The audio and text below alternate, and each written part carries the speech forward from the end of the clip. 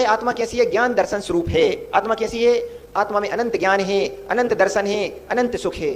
जब व्यक्ति निरंतर धर्म की ओर बढ़ता है और धर्म की ओर बढ़ते हुए स्वाध्याय आदि में आनंद आने लगता है, धार्मिक कार्यों में आनंद आने लगता है, तो ऐसा व्यक्ति जब शनि शनि अभ्यास करते हुए धार्मिक एटमॉस्फेयर में समय देते हुए जब सामयिक आदि में चिंतन आदि में बैठता है, निरंतर इस प्रकार का चिंतन करता है कि ज्ञान स्वरूपो हम, ज्ञान स्वरूपो हम, ज्ञान स्वरूपो हम, अनंत सुख स्वरूपो हम, अनंत सुख स्वरूपो हम, इस प्रकार से जब चिंतन में बैठता है तो उसके लिए फिर उसकी फीलिंग भी होती है, आनंद भी आता है। एक गृहस्थ के लिए भी जब चिंतन में बैठता है उसका ध्यान साविकल्प है, रूप है, जैसा है साविकल्प रूप है। लेकिन जिस आत्मा में अनंत ज्ञान हो, अनंत दर्शन हो, अनंत सुख हो, उस जिसमें आत्मा में अनंत ज्ञान हो तो थोड़ा बहुत ज्ञान समय के समय नहीं हो पाएगा क्या? तो क्यों नहीं आएगा?